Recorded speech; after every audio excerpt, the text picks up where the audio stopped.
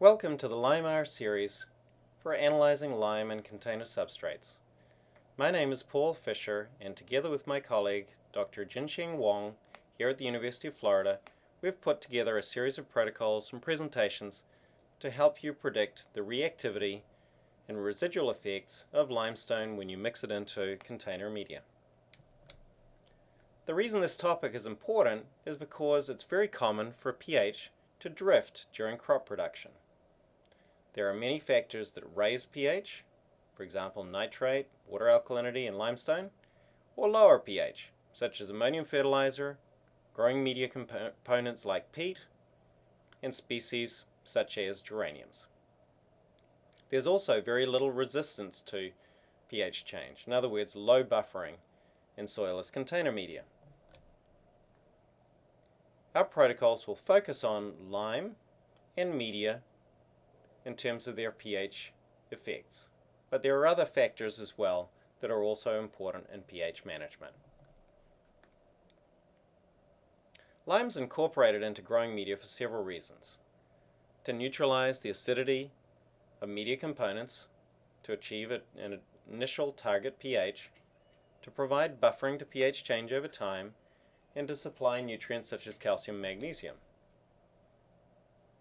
The effect of a limestone in a particular substrate on the media pH will depend on some different factors that we call the 3 R's of lime: the reactivity of the limestone, the requirement of a particular substrate for lime, and the residual effects of unreacted limestone.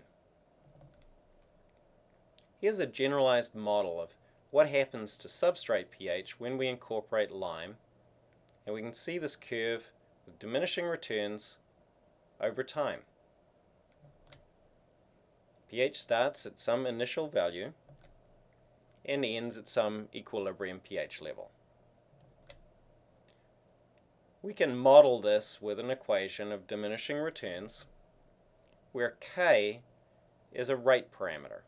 How quickly we reach that equilibrium pH is affected by factors such as the particle size of the limestone, the chemical form, whether it's a hydrated or a carbonate lime, the media temperature, and also the moisture level, where if it's warm and wet, the limestone will react more quickly. How much we will increase pH of that substrate with the lime depends on the acid neutralizing value of the limestone, how much we apply, how soluble that limestone is, and how buffered the media is to pH change. So our objective overall is to predict and understand pH response of lime when we mix it into peat.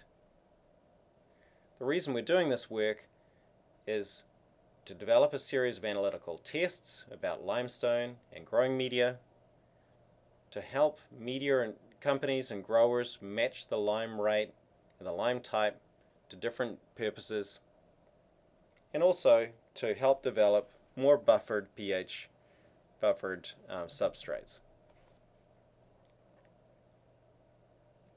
Here's a curve that shows a general form of reactivity of lime where we're adding different milliequivalents of calcium carbonate and measuring substrate pH. We can see there's an approximately linear phase and a plateau phase. As pH increases, solubility of the limestone decreases and we reach a plateau. When we compare different liming sources, we see a lot of similarity in the reactivity within a particular particle size fraction. Here we're seeing on the top right graph several different dolomitic limestone sources and the pH response over time. You'll notice in the bottom graph that with a finer limestone particle size fraction, the equilibrium pH was reached more quickly. So particle size is very important. Fine limes react more quickly than coarse limes. We can quantify this, come up with some efficiency values of different particle sizes compared with reagent grade calcium carbonate. So one of our protocols is on lime reactivity. These particle size efficiency values change over time, and one of our goals is to model pH dynamics. So we actually calculate with a quantitative model how much of different size fractions react as we have increasing amount of time after mixing the lime into the growing medium. Another factor that's very important in terms of lime reactivity is how moist and warm the growing medium is. As we go from left to right, we have increasing temperature. As we go up from the bottom up to the top right hand corner, we have increasing moisture levels. So the most reactive limestone situation is going to be in a moist, wet conditions, such as in a bagged or bulk growing medium during the summer, and much less pH response if we have a baled, dry growing medium that is being stored in the wintertime. The lime requirement refers to how buffered a particular batch of substrate is to pH change.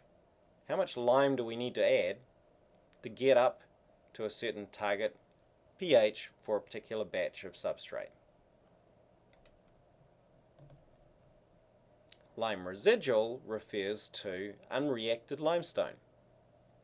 So here, for example, we're looking at increasing amounts of applied lime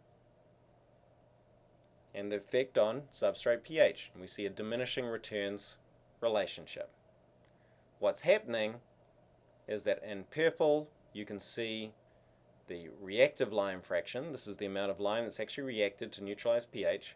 And in yellow, increasing amounts of unreacted lime, which is called residual, that's remaining in the substrate. That residual lime is important because it affects the buffering of the growing media to pH drops.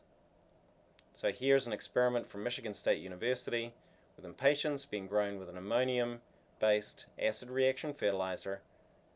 The substrate that contained residual carbonate lime was more buffered to pH change than a growing media that did not contain residual lime. We've developed procedures that are included in these protocols for measuring residual lime. We add a sample of growing media that may or may not contain residual lime. We add hydrochloric acid. Carbon dioxide gas is given off. We measure how much of that gas is released and relate that volume of CO2 back to moles of calcium carbonate that are in the growing medium. Here's an example of how residual lime and reactive lime changes over time. Here's days after mixing lime into the growing medium. In the dotted orange line, we see substrate pH rising as we expect. By 27 days after mixing, we've used up most of our limestone. And you can see that the amount of unreacted residual limestone goes down as the lime reacts to raise pH. There is an overall model called the LimeR model that is currently largely a research tool, but it integrates the different kinds of tests that we have in the LimeR series.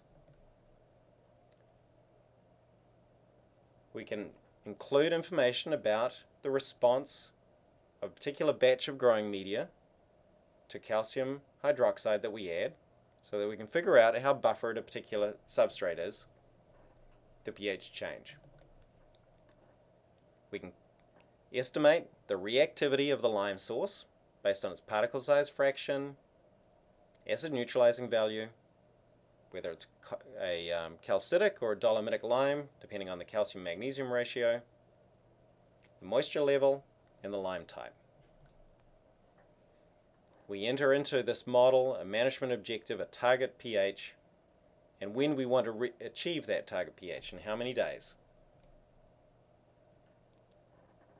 What this model will do is it'll predict some different responses with increasing amounts of limestone and also how much residual or reacted lime remains. We would like to thank the students and staff of the University of Florida who've worked on this project, our colleague Bill Argo at Blackmore Company, and Dr. Paul Nelson and his team at North Carolina State University who've done a lot of research on limestone. Funding was provided by the American Floral Endowment and our partners in the Young Plant Research Center. The Young Plant Research Center combines universities and leading companies that include media and fertilizer companies and also growers, especially those that focus on young plant production.